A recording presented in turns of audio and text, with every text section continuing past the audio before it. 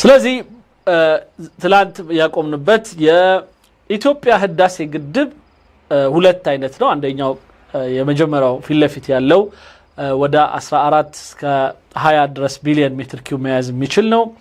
ሌላው ግን በሰድ ሰርጅ ተብሎ የሚጠራው ወይም የኮርቻ ግድብ ይሉታል ስሙን። ለምን ኮርቻ እንዳሉት ባይገባኝም ማለት ነውና ይህ ግድብ ደግሞ 5000 ኪሎ ሜትር ሲሆን 5 ኪሎ ሜትር ሲሆን 5000 ሜትር ማለት ነው ሲሆን በውስጡ እስከ 64 ቢሊዮን ሜትር ኪዩብ ውሃ መያዝ ይችላል።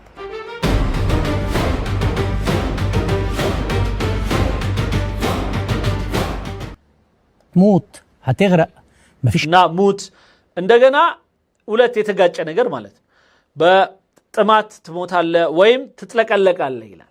لانه فيضان لانه موسمي النهر هذا موسمي يا يجف يا ياتيك الفيضان هذا معروف كل ጊዜ የታወቀ ነው።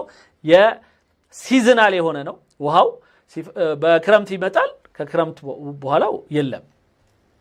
ይሄ የኢትዮጵያ ወንጀል አይደለም። ይሄ اكل مش مهم لكن المهم الاقتصاد فده جزء لب المشكله اللي اقنعوا بيه الدوله الاثيوبيه هل ده من باب ስለዚህ ኢትዮጵያኖች ይሄን ነው በቃ አሳምነው ራሳቸውን የሚሄዱት። በቃ ሌላው ዓለም የፈለገውን ይሁን ራሳቸው መልማት አለባቸው፣ ራሳቸው ኢኮኖሚያቸውን ማግኘት አለባቸው። الصدفه من باب الصدفه ان اسرائيل تسيطر على الأنهار في المنطقة كلها وتحتل منطقة جبل الشيخ في سوريا للسيطرة على منابع الأنهار وأيضا تحت منطقة جبل ليلاو إسرائيل نات كوالا يولو متسراو لمن يسوريان وها تقطعتر ليش كذا هون دمو يا إثيوبيان وها لا جبس مالت الشيخ في لبنان وتسيطر على نهر الوزاني ونهر الحصباني ونهر الأردن ونهر الزرقاء ونهر النازي كله وهاوش يا جوردان የሉብናን የመሳሰሉት ውሃዎች ያካባቢው የሱሪያም ሳይቀር ሁሉም በእስራኤል ቁጥጥር ውስጥ ነው ይላል። يرموك هل من باب الصدفة ان اسرائيل تسيطر على المياه الجوفية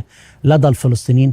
هل من باب الصدفة ሌላው ቀርቶ ፍልስጤም ውስጥ ያለውን የመሬት ውስጥ ያለው ውሃን ሳይቀር የምትቆጣጠረው እስራኤል ናት። እስራኤል በቃ የሁሉ ነገር ተቆጣጣሪ ናት። ان اثيوبيا اللي بتصنف وفقا للبنك الدولي افقر دولة في العالم تسيطر وتتجرأ على مصر وتتجرأ على እንዴት ነው እቺ ደሃ በዓለም አቀፉ ማህበረሰብ የደሃ ተርታ ውስጥ የተጻፈች ሀገር ግብጽ ላይ እንዴት ነው ድፍረት ያገኛቸው? እንዴት ነው ግብጽ ላይ ይህን የሚያክል ግድብ የምትገድበው? العهدات الدولية والمعاهدات التاريخية وترفضها የታሪካዊ ምናምን ስምምነቶችን እንደዚህ አይነት ትላልቅ የኛን ስምምነቶች እንዴት ነው በቃ አገባኝም ማለት የቻለችው ኢትዮጵያ? هل من باب الصدفة كل هذا؟ ايه كله دنجت يمثلها.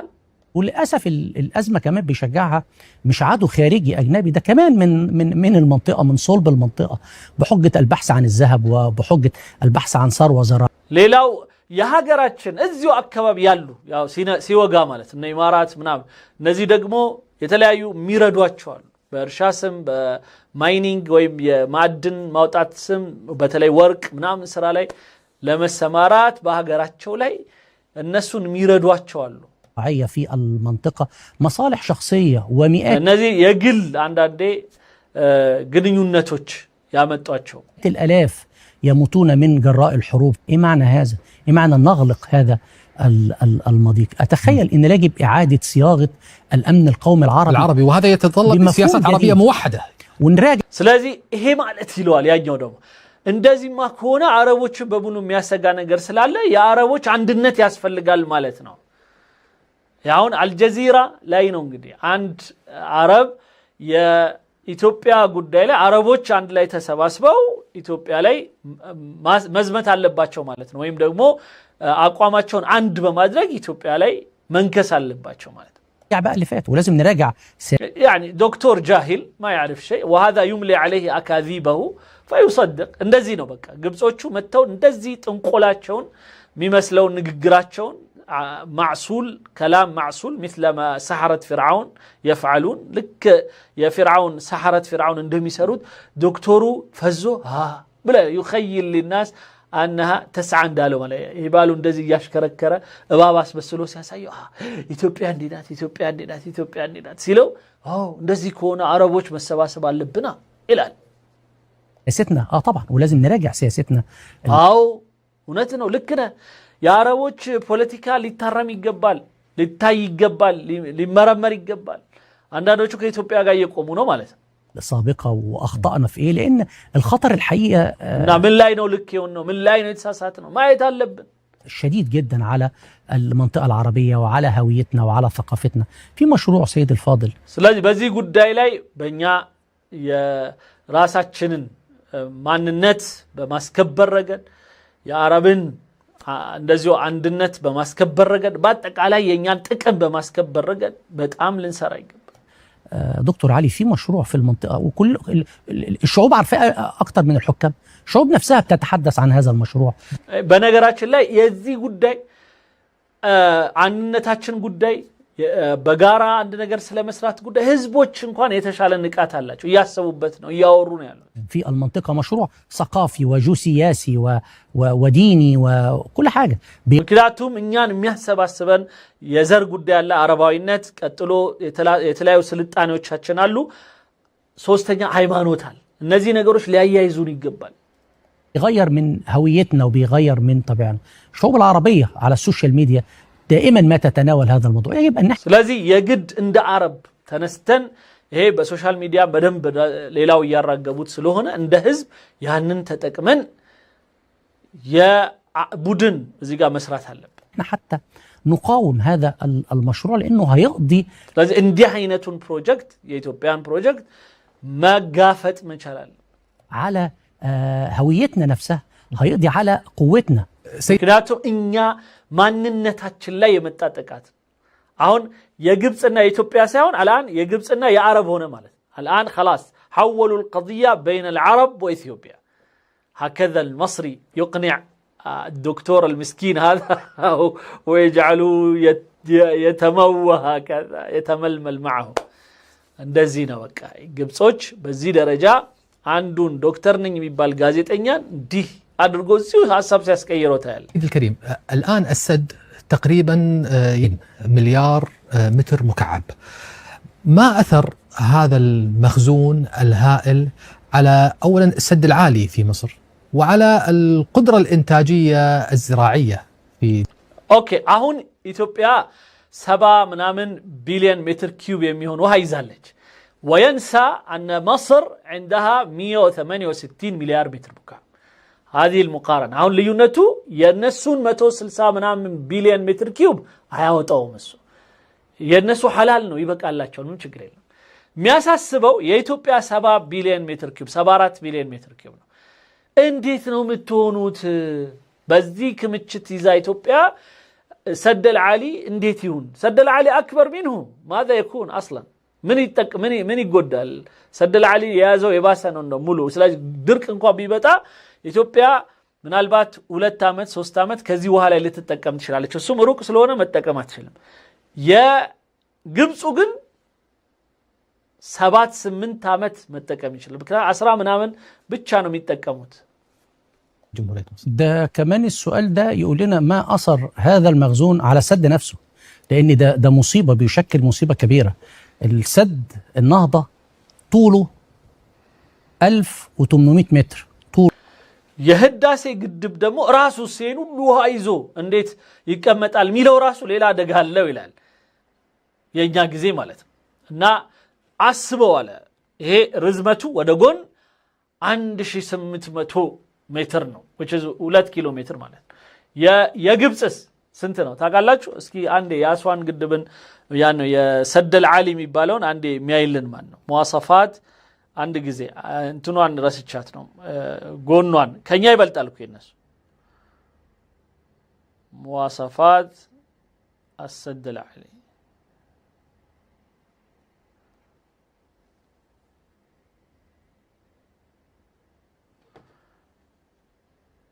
የነሱ ወደ ጎን 3.6 ኪሎ ሜትር ነው የኛን አሁንም እጥፍ ማለት ወደ ጎን اوكي سد عملاق طراز ميجا دام ان يخزن وراه የኛ ወደ ላይ 145 ነው የነሱ ወደ ላይ 182 ነው አሰባችሁት?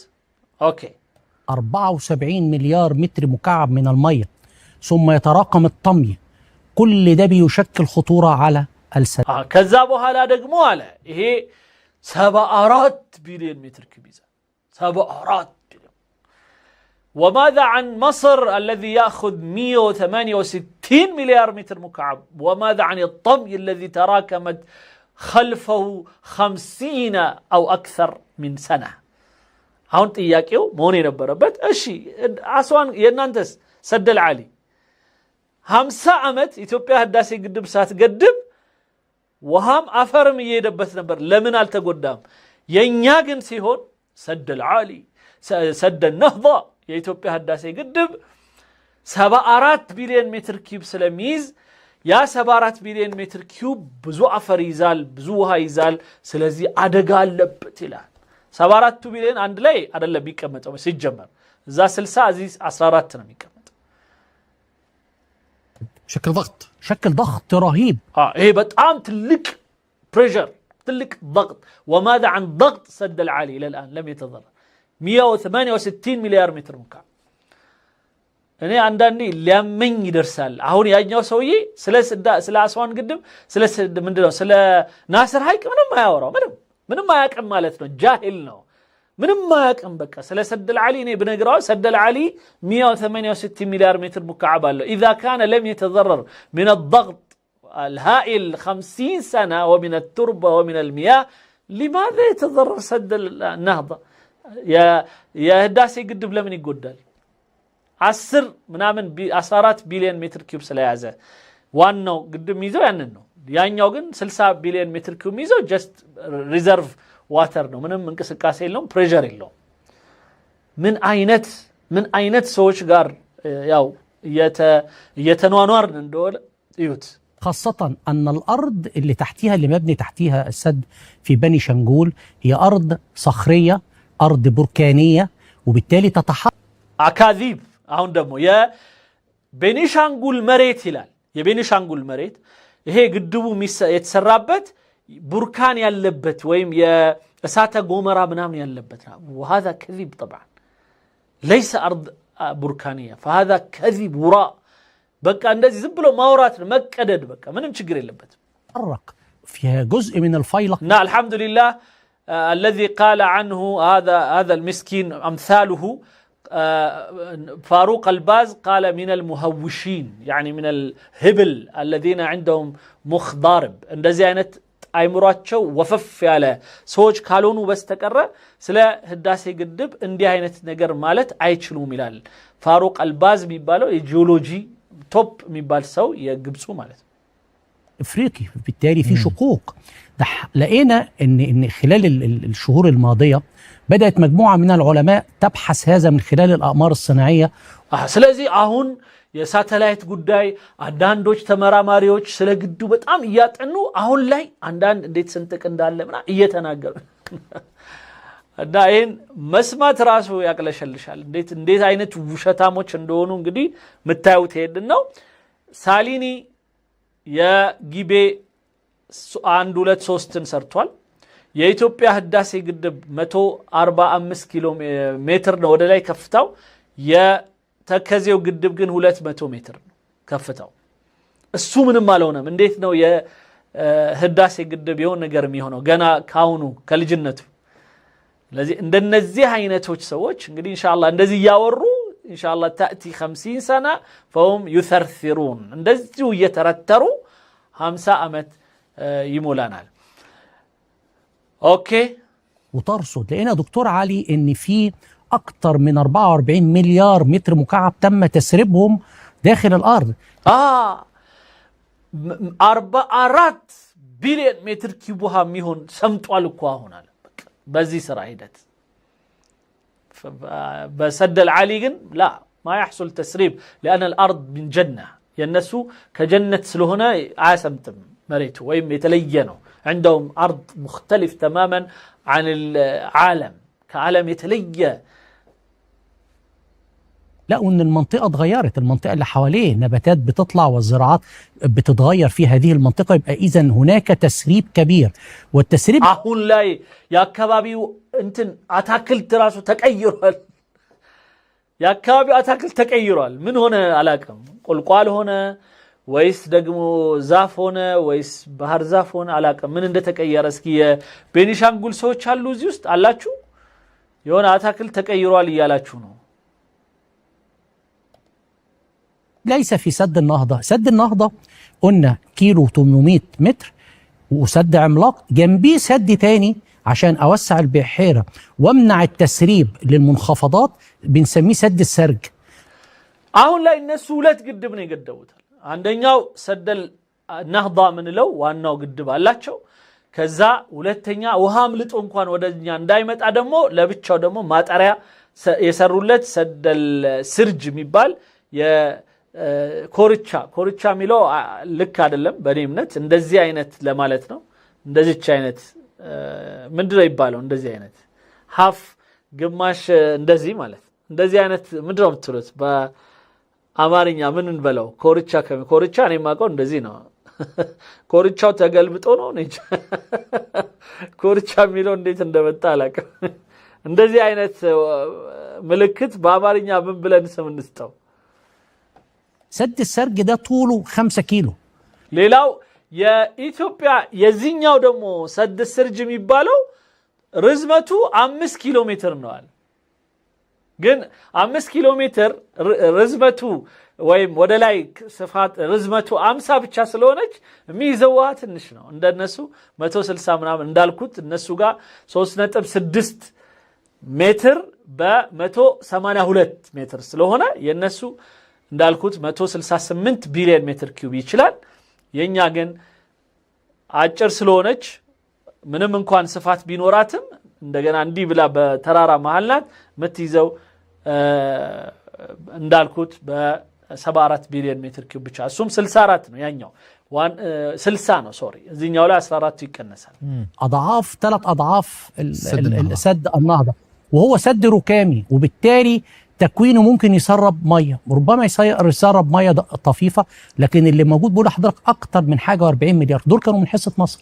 فبالتالي ስለዚህ ይሄ ሁሉ ከግብጽ ድርሻ ላይ የተቀነሰ ነው ይለናል።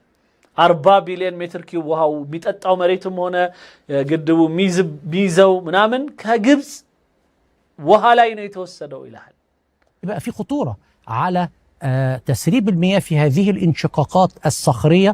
كمان لاحظنا الفترة اللي فاتت ስለዚህ አሁን ላይ በዚህ በውሃ ስንጥቅ ባለውና ደረቅ በነበረው እስካሁን ውሃ ሲጠማው በነበረ መሬት ላይ ይሄን ሁሉ ውሃ ይጠጣዋል አለ። كثرت الزلازل في هذه المنطقة، هي ليست منطقة زلازل بالطبع لكن في زلازل كثرت. إذا هناك تغير. ሌላ ውሸት زلازل كانت أبعد من سد النهضة 600 كيلومتر، ليس سببها الزلازل، إنما زلازل الأكاذيب هي التي قربتها هنا. يوشتاتشو منكتكت نونجي زي قامتاو مريت منكتكتو يالو كسدستنا 700 كيلومتر ركت لين من إلى لسو يهن قدب كسروا بهالا بزي قدب يتنسى مريت منكتكت النسو قا بس توالي لها. في خطورة على تسريب المياه في هذه الانشقاقات الصخرية. እና ይህ ግድብ በጣም ትልቅ ከመሆኑ ከዛ ውሃው ደግሞ ከመሬት ውስጥ ውሃ እየጠጣ መሬቱ ብዙ ከመወሰዱ የተነሳ 40 ቢሊዮን ሜትር ኪዩብ የኛን ድርሻ ወስዷል ይላል። እንደዚህ ከሆነ የሰደል አሊ ወይም የናስር ሐይቅ እስካሁን ድረስ ግድቡ ከተገደበ ጀምሮ ሙሉ ነው። እንደውም ውሃ እየደፉ ነው። ስለዚህ የኢትዮጵያ ህዳሴ ግድብ 40 ከጠጣ ያ ማለት የሚሄድላቸው የነበረው ውሃ ከ55.5 ይበልጥ ነበር ማለት እንጂ ግድቡም 45 ምናምን 40 ቢሊዮን ሜትር ኩብ ጠጥቶ እንደገና ሞልቶ 74 ቢሊዮን ሜትር ኩብም ሞልቶ እንደገና የናስር ሐይቅም ከሞላ ይሄ ማለት የተደበቀ ቁጥር አለ ማለት ነው። كمان لاحظنا الفترة اللي فاتت كثرت الزلازل في هذه المنطقة. ሌላው ይሄ ውሸት ደግሞ ሌላው ነው። እንዳልኩት የፋሩቅ አልባዝ የሚባል አንድ የግብጽ ጂኦሎጂስት አለ። ያ ሰው እንደዚህ አይነት ወሬ የሚያወሩ ካሉ ግብጾች ወፈፌዎች ናቸው ብሎ ይገልጻቸው አይነት ማለት ነው። هي ليست منطقة زلازل بالطبع لكن في زلازل كثرت. إذا هناك ስለዚህ ኢትዮጵያ በተፈጥሮ መሬት መንቀጥቀጥ የለባትም ይላል። ይሄ አሁን አንዱ ውሸት ነው። ስንትና ስንት ሚሊዮን ዓመት በተለያዩ አካባቢዎች ላይ የመሬት መንቀጥቀጥ የተለመደ ነው አለ። በጣም ትንሽ ስለሆነ ነው። የህዳሴ ግድብ ከመጣ በኋላ የመሬት መንቀጥቀጥ በኢትዮጵያ ላይ በጣም በዝቷል ይላል።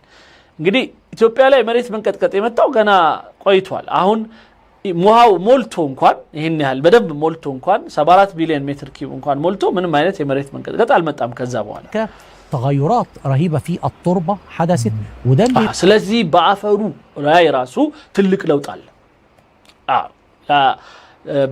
ናስር ሐይቅ 168 ቢሊዮን ሜትር ኪዩብ ይዞ ምንም አይቀየርም።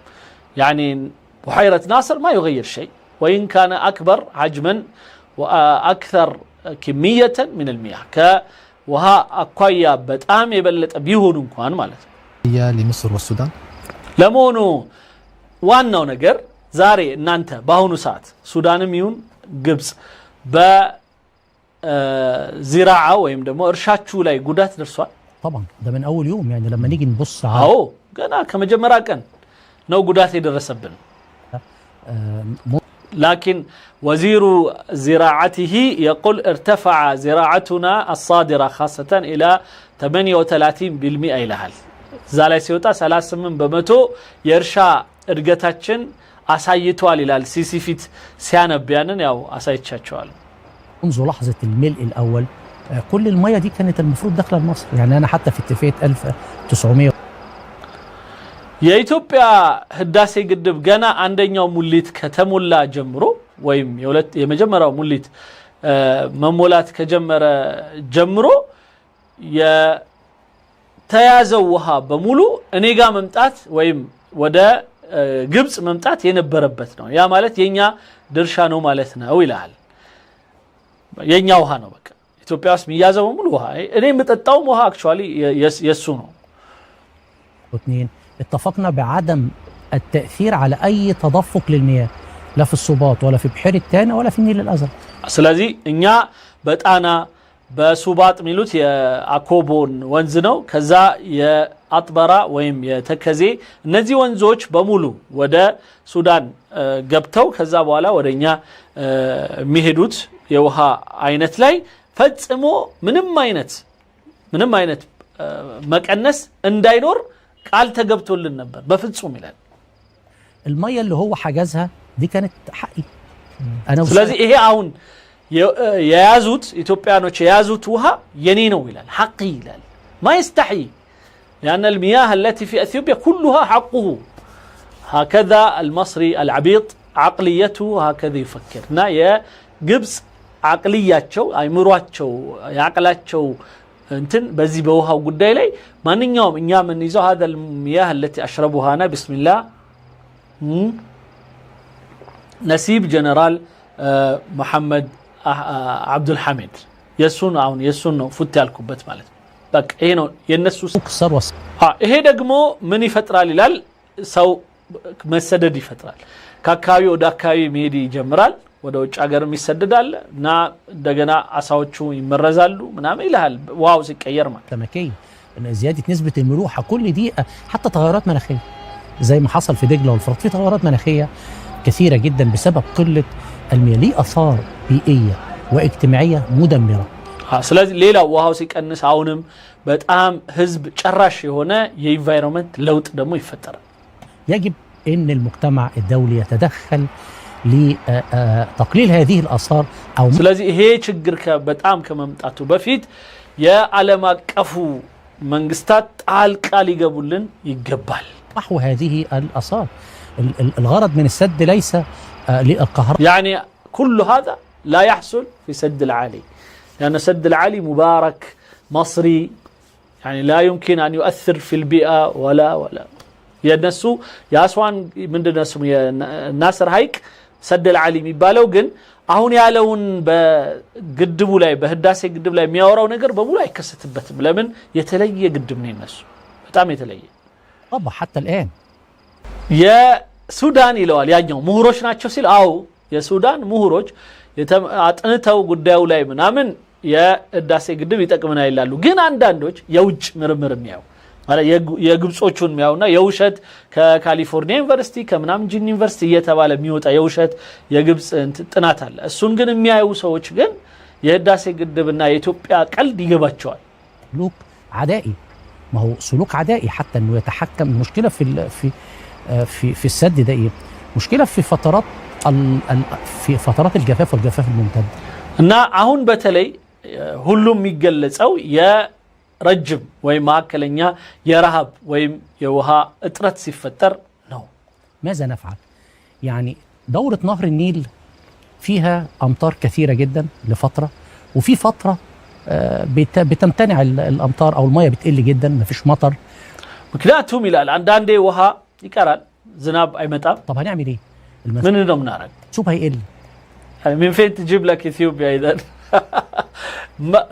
ዝናብ የለም ከተባለ ኢትዮጵያም የለም ማለት اذا ما في مطر معناته ما في اثيوبيا من اين تعطيك يا بطيخ كيف امطታ ልትሰጥህ ነው ማለት የሚገርመኝ ይሄ ነው እና ከተላጃችን ኢንሻአላህ نطلع من ثلاجاتنا كلنا نودي لهم ونعطيهم واشرب يا جنرال يا لواء سعاده اللواء تشرب ስለዚህ ይላል ልክ ድርቅ ጊዜ ሲመጣ የራሱን ውሃ ይዞ ሲፈልግ ተርባይኑን አሰራለው ከፈለኩኝ አላሰራም ውሃውን ፈልገዋለሁ እያለ ሊጫወትብኝ ነው ማለት ነው يعني اثيوبيا عندها 74 مليار متر مكعب وانت عندك 168 مليار متر مكعب ولمن نشفق يا مسكين لما انه منازنو 168 بليون متر كيوب لالو ነው ወይስ 74 بليون متر كيوب ላለው ማን ነው ሊታዘንለት ቢገባ ውሃ እስኪመጣ ድረስ ዝናብ እስኪመጣ ድረስ كمل ملء السد بالكامل ويحرمني من الميه بالكامل طبعا ስለዚህ እነሱ ሳቤ ውሃውን ይዘዋል ከዛ በኋላ ድርቅ መጣ በቃ ውሃውን ፈልገዋለሁ ብለው ሊከለክሉ ነው ይፈልጉት لا تشرب من بحيره ناصر ከናስር ሀይቅ ተጣጣለህ አትዋሽ እኛ ከህዳሴ ግድብ እንጠጣለን እሱ እስከ ዝናብ እስኪመጣ ዝናብ ሲመጣ አብረን እንጠጣለን ምንም ችግር የለም بالتالي اداره السد مهمه للاطراف الثلاثه انهم يتشاركوا فيها ስለዚህ አሁን ላይ የግድ ይህንን ግድብ እኛ አብረን መሻረክ አለብን ኢንሻአላህ هذا حلم ابليس بالجنه لن تشارك لانك كنت تحاربه وتحاربنا جميعا لن تشارك في هذا السد مثلما لم نشارك في سدك እኛ በሱ ግድብ እንዳልተሳተፍነው ሁሉ እሱም መቼም እንዴትም ሊሳተፍ አይችልም ያውም ሲጋፋው ሲከለክለንና የቻለውን ያህል ሲጥር የነበረው እንዳይሰራ ኢትዮጵያ ይህንን በጣም ከፍተኛ የሆነ እድሏን የውሃ እድሏን አሁን ላይ ለአካባቢውን ለመቆጣጠሪያ ነው እየተጠቀመች ያለው الدول ምን አለ እንደዛ አድርገም ቢለን ግን ሳናደርግ እንደዚህ እንባላለን ይሄ ማለት ገና ሊያደርጉ ነው የሚለውን ለማስቆም በቃ ኦልሞስት ልክ እንዳደረግነው አድርገው ነው አክት የሚያደርጉት ባለፈው ትላንትና ሲዋሽ የነበረው ማለት ቱርካናን አደረቁት ይላል ቱርካና ግን በአሁኑ ሰዓት ከ8 እስከ 10 ሜትር ከፍ ብሎ ሰው ያጥለቀለቀ ነው አሁን ገብታችሁ ይሁት የቱርካና ሀይቅ አሁናዊ ሁኔታ ብላችሁ በአማርኛም ቻት ጂፒቲ በአማርኛም ብትጠይቁት መልስ ይሰጣል ማንንም ሰው ማለት ቻት ጂፒቲ ላይ ግቡና የቱርካና አብረን አንዳንዴ እንስራ እስኪ ቱርካና ሀይቅ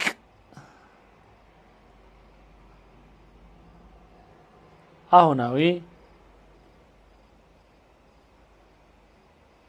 ገጽታ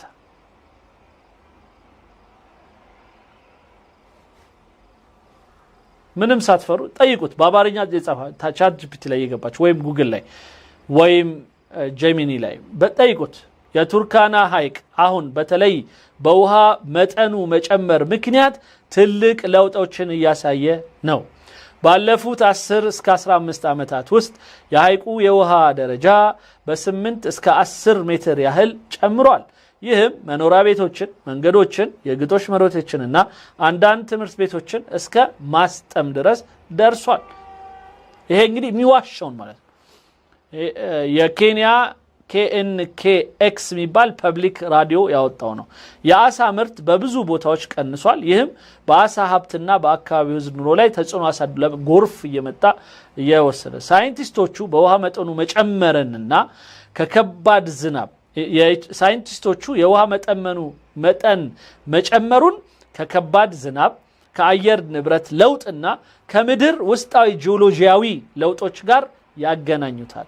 በአጠቃላይ የቱርካና ሐይቅ አሁን ከመድረቅ ይልቅ በመስፋፋትና በውሃ መጠኑ መጨመር የሚታወቅ ሁኔታ ላይ ይገኛል። ይሄ ሐቁ ነው። እንግዲህ ከፈለጉ የኦሞ ወንዝና የጊቤ 3 ዳም በቱርካና ሐይቅ ላይ ያላቸውን ጥቅም እና ተጽዕኖ በዝርዝር ልገልጽሎ እችላለሁ ይላል። ለምሳሌ ይሄንኑ አው ብለው ማለት እሺ ዘርዝርልኝ ብለው ግድቡ ያመጣውን ጥቅም እንጂ የሚነግረኝ የጉዳት ያመጣውን ነገር አይነግረኝ። ምክንያቱም ውሃው ይዞ የቱርካና ሐይቅ ውሃ 90% ያለ የሚመጣው ከኦሞ ወንዝ ነው። ስለዚህ ይሄ ጥቅም ይሄ አሁን ጎርፉ ራሱ መምጣት የጀመረው በሲዝናል ነው። ስለዚህ ጎርፍ በመጣ ቁጥር የህዳሴው የግድቡ ከሚችለው በላይ ውሃውን ስለሚለቀው ነው። ስለዚህ የኦሞ ወንዝ ፍሰት ቀጥሏል። በ2020ዎቹ የተከሰቱ ከባድ ዝናቦች ወደ ሐይቁ የሚገባውን ውሃ በጣም አብዝተውታል። በዚህ ምክንያት የቱርካና ሐይቅ የውሃ ደረጃ በከፍተኛ ሁኔታ ጨምሯል። በተጨማሪም ኩራዝ ሹገር ዴቨሎፕመንት ፕሮጀክት እና ሌሎች የመስኖ ፕሮጀክቶች የኦሞ ወንዝ ለእርሻ ስለሚወስድ ምናምን ይልና ይፈሩ ነበር ይላል። ነገር ግን ያ ሁሉ በአሁኑ ጊዜ ግን የቱርካና ሐይቅ ላይ የሚታየው ዋናው ችግር የውሃ መቀነስ ሳይሆን የውሃ መጨመርና የዳርቻ መጥለቅለቅ ነው። ከፈለጉ የቱርካና የውሃ መጠን በ2026 ከ2010 ጋር ሲነጻጸር ምን ያህል እንደተለወጠ በካርታና በምስል ላሳየው እችላለሁ ይላል። ይሄ የቻት ጂፒቲ ጥቅም ነው። ይሄ ምክንያቱም እንደነዚህ አይነት ውሸታም ሰዎች ሲመጡ ገባ ብላችሁ በእንግሊዝኛ በኦሮምኛ አላቅም በትግርኛ እንዴት እንደሆነ አላቅም፣ ግን በተለያዩ ቋንቋዎች ግን ብትፈልጉ ጠይቁታላችሁ መልስላችሁ አልহামዱሊላህ በአረብኛ እና እንደዚህ አይነት በጥራቃ ሰዎች የዋቢ ሸበሌ ወንዝ ለምሳሌ የዋቢ ሸበሌ ወንዝ አሁናዊ ሁኔታ የዋቢ ሸበሌ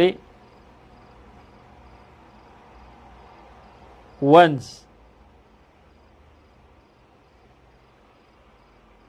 አሁናዊ ገጽታ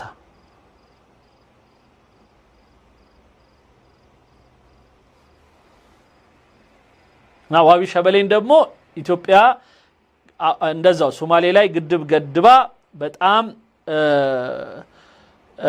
በጣም ያጎዳቻቸው ነው ይልና አሁን ላይ የዋቢ ሸበሌ ወንዝ አሁናዊ ሁኔታ በ2026 በአጠቃላይ ጥሩ የውሃ አቅርቦት ያለው ቢሆንም በየወቅቱ ትልቅ ልዩነት ያሳያል። በ2026 የበልግ ዝናብ ወቅት በዋቢ ሸበሌ ተፋሰስ ከመደበኛው እስከ ከፍ ያለ ዝናብ እንደተመዘገበ የኢትዮጵያ ሜትሮሎጂ ተቋም ገልጿል። በሶማሊያ የወንዙ የታችኛው ክፍል በግንቦት ሰኔ 2026 የውሃ መጠን ከፍ ብሎ በአንዳንድ ቦታዎች የጎርፍ ስጋት ፈጥሯል። የሳተላይት ጥናቶች በዋቢ ሸበሌ ተፋሰስ ውስጥ በረጅም ጊዜ የውሃ ክምችት መጨመር እንዳለ ያሳያሉ። ነገር ግን በድርቅ ወቅት የውሃ ፍሰቱ ከፍተኛ ሁኔታ ይቀንሳል። ስለዚህ የውሃ አስተዳደር ጥንቃቄ ያስፈልገዋል ይላል። በአጭሩ ዋቢ ሸበሌ አሁን እንደ ቱርካና ሐይቅ ሁሉ የውሃ መጨመር ወይም የመድረቅ ከባድ ችግር ላይ አይገኝም። በዝናብ ወቅት ከፍተኛ ፍሰት ሲኖረው በድርቅ ወቅት ደግሞ ይቀንሳል። ከፈለጉ የዋቢ ሸበሌ የአባይና የኦሞ ወንዞችን የውሃ መጠንና የኢኮኖሚያዊ ጠቀሜታ በንጽጽር ልገልጽሎ እችላለሁ ይላል። ይሄ የቻት ጂፒቲ ምላሽ ነው። ስለዚህ እንደነዚህ አይነት ሰዎች እንግዲህ በጣም በሚያሳዝን መልኩ ሃይማኖተኛ ነን እያሉ ምናምን በሃይማኖት አንደኛ ነን አካባቢውን ሁሉ ሃይማኖተኛ ነን እናስተምረው የአዝሃር ባለቤት ነን የአረቦች ሁሉ ደግሞ የደጋፊና የነሱ የጀርባ አጥንት ነን አረብና ሙስሊምን እኛንን ያለነው የነሱ አለኝታነን ሚሉ ሰዎች በዚህ ደረጃ ይበጠረቃሉ ይዋሻሉ። በዓለም ላይ የኢትዮጵያን ስም በዚህ አይነት መልኩ ስሟን ያጠለሻሉ በጣም በሚያሳዝን መልኩ። بعدين تبتدي تفاوض الدول انه عشان اديك ميه واديك حصص تشتري مني كهرباء. ስለዚህ በኢትዮጵያውን ያለው አሰራር ውሃ ትከለክልህና ኤሌክትሪክ ትገዛኛለህ አትገዛኝም ድርድር ውስጥ ታስገባሃለች። አሁን እነዚህ ሀገራት በዚህ ደረጃ ነው የያዘቻቸው ይላል። ይሄ ሁሉ የኢትዮጵያ የውይይት ኃላፊዎች እና መድረኩን የሚቆጣጠሩት የነበሩት አካሎች በጣም ዕውቀት ነበራቸው እና ደግሞ በአካዳሚክሶች ይታገዙ ነበር። ስለዚህ መቼ ውይይቱን ማዘግየት መቼ ውይይቱን ማድረግ ማፋጠን እንዳለባቸው በደንብ ያውቁ ነበራል። ضد التعامل مع التسويف الكثير እና እንዴት መቼ ማዘግየት መቼ እና ይሄ ቴክኒኩን በደንብ አድርገው ተከነውት ነበር ይላል። تأجيل الخداع في البيانات التراجع وكل ሌላው በመግለጫዎች ማጨርበር ይችሉበት ነበር። خداع ማለት ማታለል ማለት ለምሳሌ የሆነ መረጃ ይሰጡሃል ያንን ተከትለ ትሄዳለ ሌላ በሚቀጥለው ይቀይሩታል። ده كان مضيعه للوقت بتحاول تكسب እና ሁሉም በተቻለ መጠን ጊዜ እንዴት እንደሚገዙ በደንብ አድርገው ያውቁበት ነበር። بوقته في نفس الوقت بتقوم ببناء السد بأسرع وقت ممكن። ሌላው በዛው ልክ ደግሞ የግንባታ ወይም የግድብ ስራ ፍጥነት ደግሞ ይሰሩ ነው በጣም እየፈጠኑ ይሰሩ ነው። مستغلة فترات ما بعد الثورة المصرية مستغلة فترات الضعف في هذه اللحظة.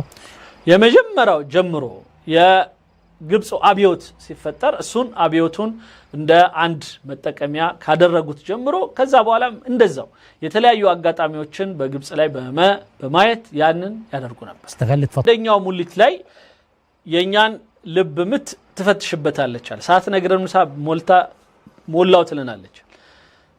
ከዛ የኛ መልስ ምንም ካልሆነ በቃ ሁለተኛው فهتملى الملء الثاني وحادي والثالث وحادي وهذا ما فعلته ሁለት ሶስት ማለት نسي أنه كان يقوم بمناورات عبثية نسور النيل الأول والثاني وحماة النيل وعربدة دخل سامح شكري وطلعت مريم شكري ومريم صادق المهدي ونسينا كل هذا يعني قبصوش يقولون ده تنفرفروا. نسي أنه ذهب إلى مجلس الأمن مرة ثانية ثالثة وذهب إلى الأمم المتحدة وأمريكا والصين والروس والهند والسند نزي بوتاولو ندي درسوا وأفريقيا أبرد يعني دبت يا أفريقيا هاجروا اللي يلم يتفق مع إريتريا ويروح مع الصومال ويتبلطج ويفعل. نسي كل هذا قبس منهم ما لا رجت شميلال منهم حتى أصبح أمر واقع وبالتالي فرضت أمر واقع أن كذا بوهلا እንደምንም እንትን ብላ ያው የምትፈልገውን አደረገች። سد عملاق በጣም ከባድ ትልቅ የሆነ ግድብ ሰራች شديد الخطورة በጣም አደገኛ ይሆን وبالتالي على الدول الأخرى أنها تحافظ عليه لأن سقوط هذا السد يسبب አሁን እኛን የምንጠብቀው ከዚህ በኋላ እኛ ራሳችንን መጠበቅ ያለብን የዚህ ግድብ አንድ አደጋ ቢደርስበት እኛን የምንታፈሰው በውሃ እቺ ጥሩ ናት እቺ አሪፍ ቀልድ ናት كارثة كبيرة جدا. سيادة اللواء الآن لازم أن تحافظ على هذا السد حتى لا يأتيك فيضان أو سونامي نوح عليه السلام ويمسحك من الأرض لا كايرو ولا خرطوم. يعني إذن تأدب واشرب ما أتاك فخذ ما أتيتك وكن من الشاكرين كما قال الله عز وجل لموسى عليه السلام. موسى عندي موسى يطيق ነበር ጥያቄ ያበዛ ነበር ተብሏል እና ጌታ አንዴ ሊላል አንዴ ምናምን እንደዚህ ተው እንጂ ያለው አላህ ቁርአን ወኹዝ ማ አተይቱከ ወኩም من الشاكرين የሰጠውን ይዘህ ዝም ብለህ አታመሰግንም ማለት ይባላል። እኛም ለፍርዓኖች ምላቸው እንደዛ ነው ወኹዝ ማ አተይቱከ ወኩም من الشاكرين የተሰጠን ወስደ አርፋ ያመሰገንክ ጠጣ يعني لا تطلب لا مزيد ولا تتبلطج ولا تتعنتر منم عينت منفرافر مسكير البحير لمثال على يا تركيا يا من يا فيكتوريا هايك يوغندا لاي يجبس كامباني نو صداتون ميسروا ما شاء الله. ليش ما ياتي ويشتغل في طانا بحيره طانا؟ لانه لا يريد. ኢትዮጵያ ውሃውን በደንብ ማየት ትጀምራለች። ስንት ነው የሚፈሰው ወደዛ ማለት ያንን ማወቅ ትጀምራለች።